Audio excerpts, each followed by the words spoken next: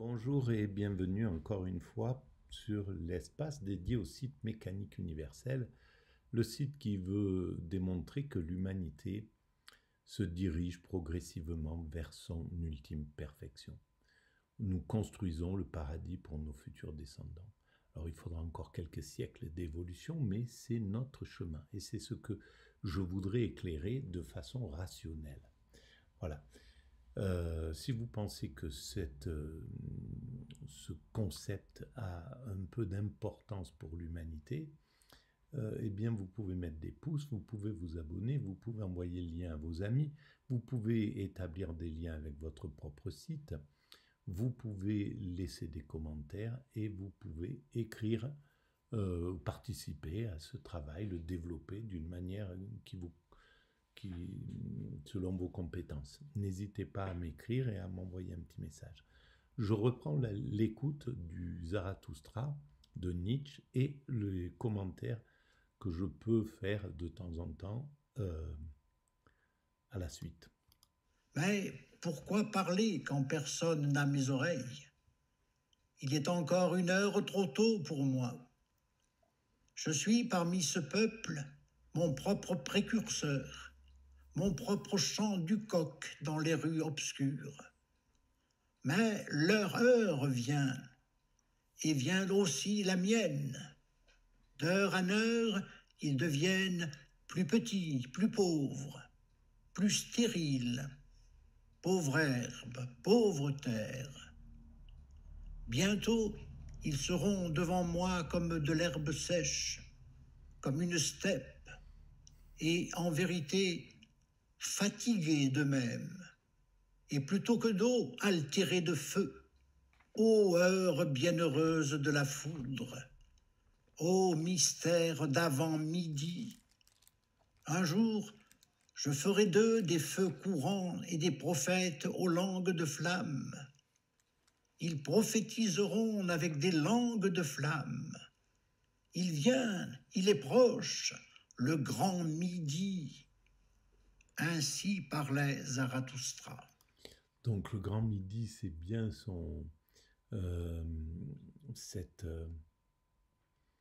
l'arrivée du surhomme, en fait, l'arrivée de sa révélation, de la révélation dont il parle. Et moi, je pense, c'est la proposition que je fais, que ce surhomme correspond à l'extatique dont je parle, l'éveillé, le nirvanien, l'enfant joyeux qui a atteint, qui s'est débarrassé de tout ce que Freud voit de négatif dans l'enfant. Et donc, qui est juste, qui a atteint une sorte de contemplation, de joie, sans côté négatif. Eh bien, c'est peut-être ça. Et moi, je le vois comme ça, en fait, ce surhomme dont parle Nietzsche.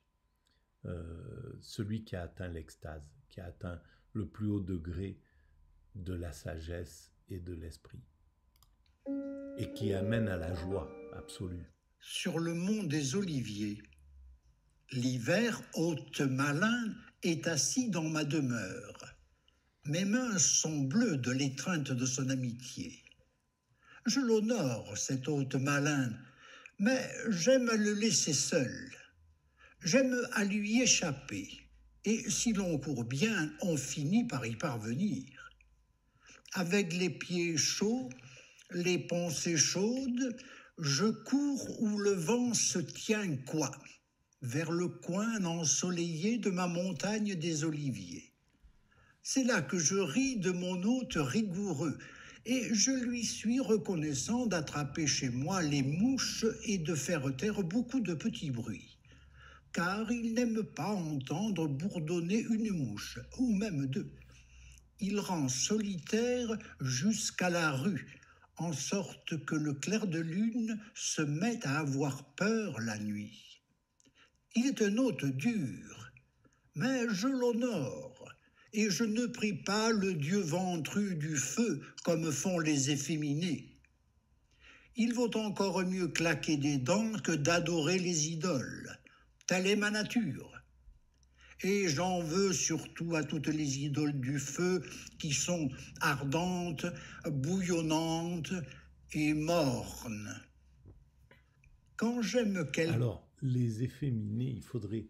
Bon, on peut resituer à la fin du 19e siècle la vision qu'il y avait, et c'est étonnant parce que son hypersensibilité à Nietzsche aurait dû le porter à, à une vision peut-être plus tolérante de ce qu'il appelle les efféminés, c'est-à-dire les, on pourrait dire les hypersensibles ou les... Voilà, ceux qui n'ont pas peur de leur part féminine, entre guillemets. Je l'aime en hiver mieux qu'en été. Je me moque mieux de mes ennemis. Je m'en moque avec plus de courage depuis que l'hiver est dans ma maison. Avec courage, en vérité, même quand je me blottis dans mon lit. Car alors mon bonheur enfoui rit et fanfaronne encore, et mon rêve mensonger se met à rire lui aussi. Pourquoi ramper ? Jamais encore de toute ma vie je n'ai rampé devant les puissants. Et si j'ai jamais menti, c'était par amour. C'est pourquoi je suis content même dans un lit d'hiver. Un lit simple me réchauffe mieux qu'un lit luxueux, car je suis jaloux de ma pauvreté. Et c'est en hiver que ma pauvreté m'est le plus fidèle. Je pense qu'il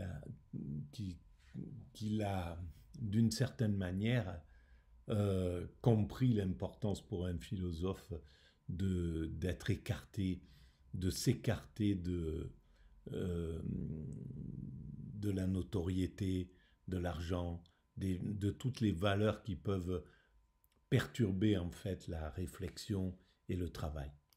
Chaque jour par une méchanceté. Je me moque de l'hiver en prenant un bain froid. C'est ce qui fait grogner mon ami sévère. J'aime aussi à le chatouiller avec un petit cierge, afin qu'il permette enfin au ciel de sortir de l'aube cendrée.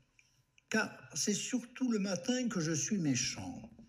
À la première heure, quand les seaux grincent à la fontaine, et que les chevaux hennissent par les rues grises. J'attends alors avec impatience que le ciel s'illumine, le ciel d'hiver à la barbe grise, le vieillard à la tête blanche, le ciel d'hiver silencieux, qui laisse parfois même le soleil dans le silence. Est-ce de lui que j'appris les longs silences illuminés ? Ou bien est-ce de moi qu'il les a appris ? Ou bien chacun de nous les a-t-il inventés lui-même ? Toutes les bonnes choses ont une origine multiple. Toutes les bonnes choses folâtres sautent de plaisir dans l'existence. Comment ne...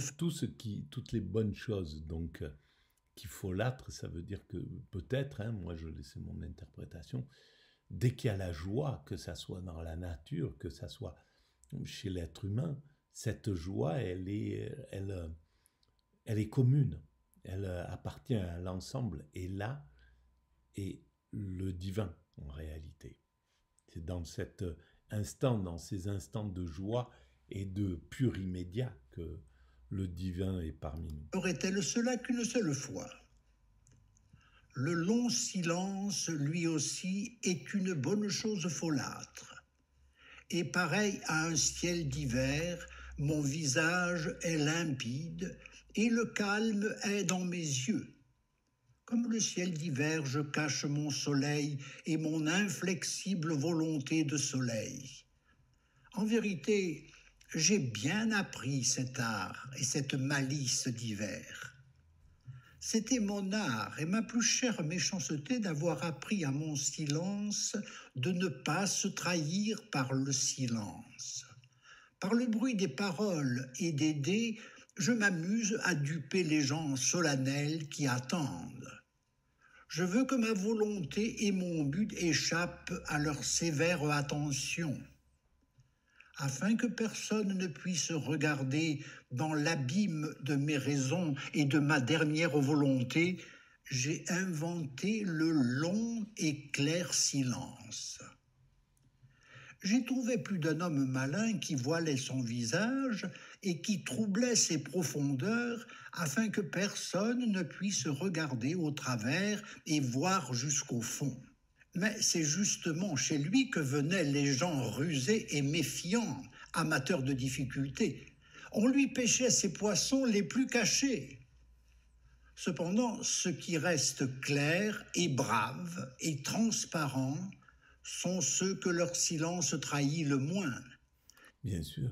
Et c'est évident que ça interroge quelqu'un qui se livre pas, qui est dans le silence et qui, qui n'a pas besoin d'expliquer ce qu'il est parce que ça l'intéresse pas, tout simplement. Et c'est clair que ça interroge, ça inquiète, on cherche à savoir, évidemment. Et ça me fait penser à la, à la, à la présentation que j'ai fait au Flow, justement, où il y a ce désir d'en savoir plus sur ma vie, mais ça n'a pas d'intérêt en réalité. C'est ce que j'ai essayé de faire comprendre. Ce qui est important, c'est cette théorie pour l'instant. Dans l'avenir, évidemment, si cette théorie devient importante pour l'humanité, l'humanité se chargera de disséquer mon existence, comme elle le fait pour l'existence de Nietzsche ou de qui que ce soit. Voilà. Mais si c'est pas, peut-être, ça aura aucun intérêt pour l'humanité. Et donc, ça finira en brocante. C'est ce travail. Ils sont si profonds que l'eau la plus claire ne révèle pas ce qu'il y a au fond. Silencieux ciel d'hiver à la barbe de neige, tête blanche aux yeux clairs au-dessus de moi, ô divin symbole de mon âme et de la pétulance de mon âme. Et ne faut-il pas que je me cache comme quelqu'un qui a avalé de l'or, afin que l'on ne m'ouvre pas l'âme? Ne faut-il pas que je monte sur des échasses pour qu'ils ne voient pas mes longues jambes, tous ces tristes envieux autour de moi? Et oui, toutes ces âmes Et oui, parce que ouvrir la poule aux œufs d'or, c'est le sport de l'humanité, au moins occidentale, de prendre ce qui semble avoir de la valeur et puis de lui ouvrir le ventre. Et donc, évidemment, d'en perdre toute la substance. Et c'est ce que, par exemple, le marché a fait avec les médias. En surpayant les journalistes, ils lui ont ouvert le ventre, ils ont sorti l'œuf, et puis il n'y en a plus d'œuf. Une fois que c'est fini, la poule est morte derrière. Fumée, renfermée, usée, moisie, aigrie. Comment leur envie saurait-elle supporter mon bonheur? C'est pourquoi je ne leur montre que l'hiver et la glace qui sont sur mes sommets. Je ne leur montre pas que ma montagne est entourée de toutes les ceintures de soleil. Ils n'entendent siffler que mes tempêtes hivernales et ne savent pas que je passe aussi sur de chaudes mers, pareilles à des vents du sud langoureux, lourds et ardents. Ils ont pitié de mes accidents et de mes hasards, mais mes paroles disent « Laissez venir à moi le hasard, il est innocent comme un petit enfant. » Comment saurait-il supporter mon bonheur si je ne mettais autour de mon bonheur des accidents et des misères hivernales, des toques de fourrure et des manteaux de neige? Si je n'avais moi-même pitié de leur apitoiement, l'apitoiement de ces tristes envieux? Si moi-même je ne soupirais et ne grelottais pas devant eux en me laissant envelopper patiemment dans leur pitié? Ceci est la sagesse folâtre et la bienveillance de mon âme, qu'elle ne cache point son hiver et ses vents glacés.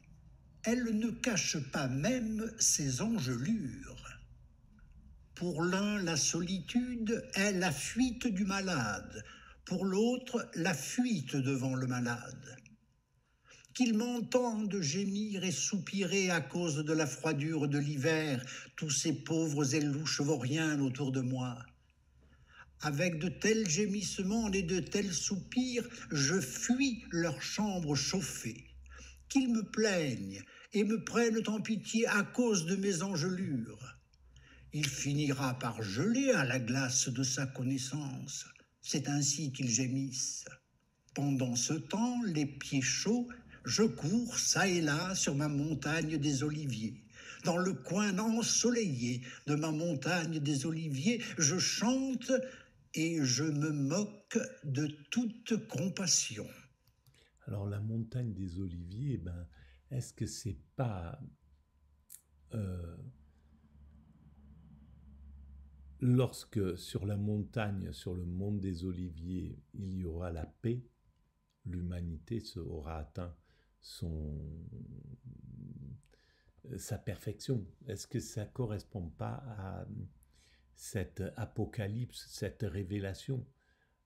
Et donc pour lui, c'est sa révélation, c'est son petit monde des Oliviers, sa petite révélation en somme, sur l'évolution et avec comme finalité le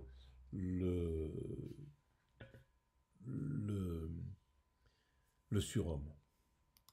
Ainsi chantait Zarathustra. Voilà, ben on va arrêter là pour cette vidéo.